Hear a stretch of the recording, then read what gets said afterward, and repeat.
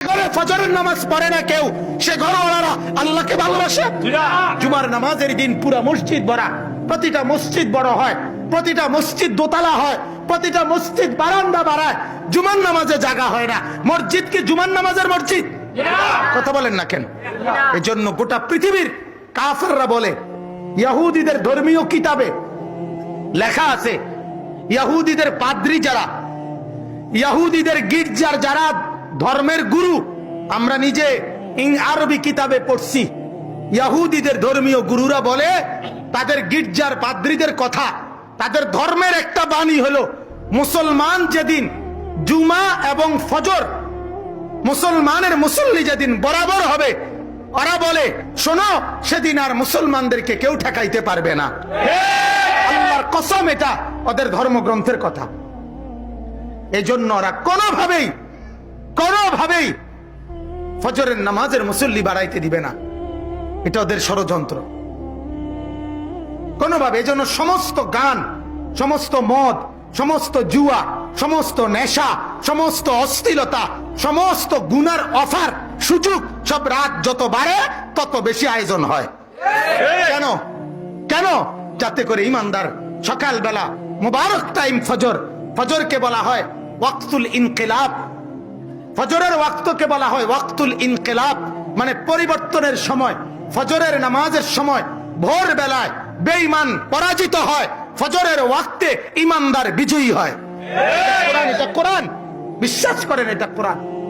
ওয়াকুল জাআল হাক্কু ওয়া যাহাকাল বাতিল, এই আয়াত আল্লাহ তাআলা বলছে হক বিজয়ী হয়েছে, বাতিল পরাজয় হয়েছে।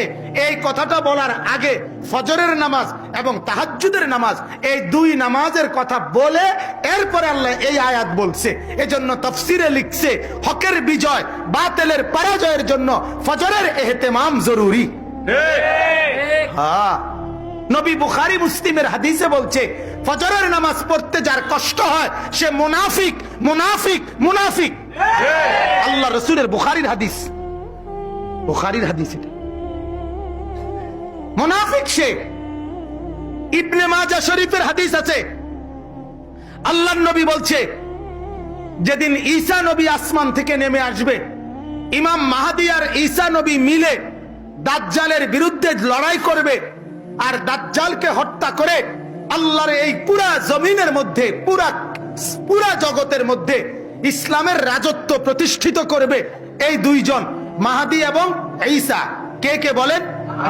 এই দুইজন। এবং দাজ্জালকে হত্যার পরে, যেদিন দাজ্জালকে হত্যা করার জন্য আল্লাহর কুদরতে দ্বিতীয় আসমান থেকে ঈসা নবী নেমে আসবে, মাহদীর পক্ষে যোগ দিবে, আর মাহদীর বাহিনী নিয়ে এরপরে দাজ্জালের বিরুদ্ধে লড়াইয়ে বের হবে।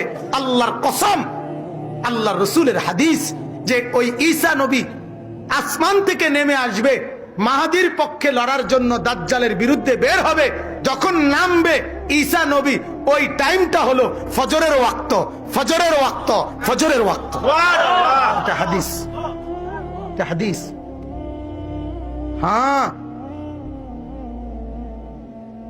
ঈসা নবী প্রথম দ্বিতীয় আসমান থেকে আসবে। ঈসা নবী দ্বিতীয় আসমানে আছে।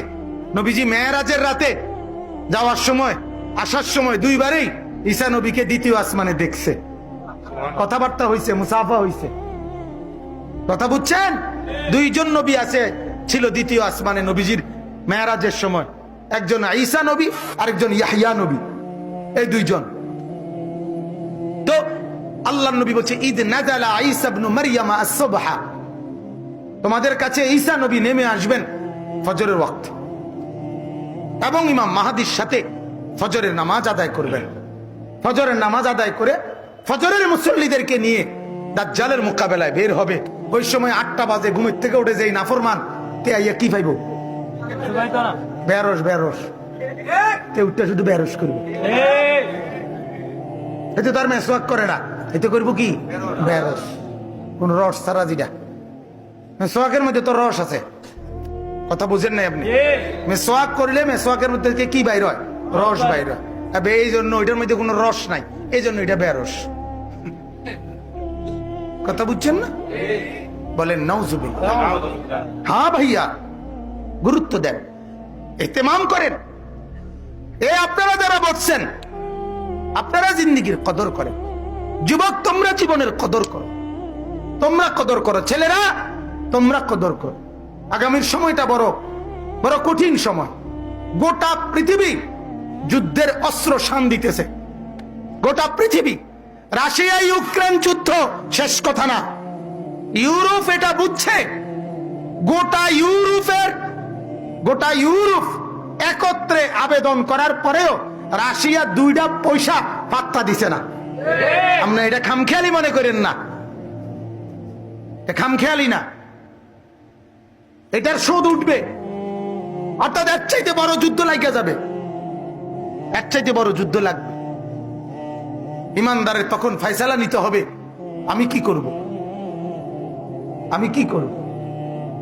এক রাশিয়ার থেকে যদি আপনার পৃথিবীর অন্য শক্তি ইউরোপ এই আজ্ঞায় ফিচ্ছায়, এই পর্যন্ত আমেরিকার মতো ক্ষমতাধর নামধারী রাষ্ট্র এরা আপনার শুধু কেবল আর আজ্ঞাইও না, আর আজ্ঞাইও না, কিন্তু অসুবিধা হইব, অসুবিধা হবে, আগের ঘটনা কিন্তু আবার ঘটবো কইলাম। শেষ পর্যন্ত হেতে আজ্ঞায়, এরপরে সে ফিচ্ছে গেছে, জিগাইছে কি ও ভাই আগের ঘটনাটা কি? আগে এরকম একটা আমার আজ্ঞাইয়া ঘুষাইছে, শেষ আমি কানতে কানতে বাইতে এলাইছি।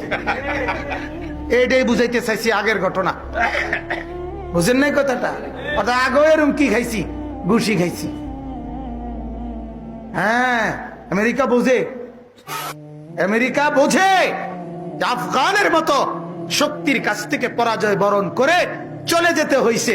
কাজেই আগের সেই পরাশক্তি এখন আর নাই, এখন আর না। আগামীর সময়টা ইসরায়েল প্রতিদিন শক্তি দেখাচ্ছে, জানেন এটা? ইসরায়েলের ইহুদিরা প্রতিদিন শক্তি দেখাইতেছে। ইউক্রেন থেকে যত ইহুদি ছিল ইউক্রেনের সবগুলোর ইসরায়েলি নিয়ে আসা পড়ছে, কইতেছে আশ্রয় দিছে। আশ্রয় না, নিজেদের এলাকা বাড়াইছে। তো এলাকা যদি বাড়াইতো, 25,000 ইহুদিকে যদি বসতি দিতে হয়, তাহলে ফিলিস্তিন মুসলমানদের জমি কাইটাই এরপরে তাদের বসতির মধ্যে ঢুকাবে। কথা বুঝছেন? পৃথিবীর হিসাব কিতাব করা উচিত।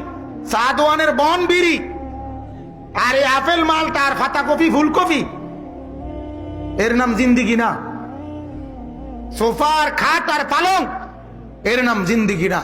আগামীর সময় ঈমান রক্ষার সময়, ঈমান ইসলামের সময় বাজান, এটা বুঝা উচিত। আল্লাহ তাআলা আমাদেরকে বুঝার তৌফিক দান করুন।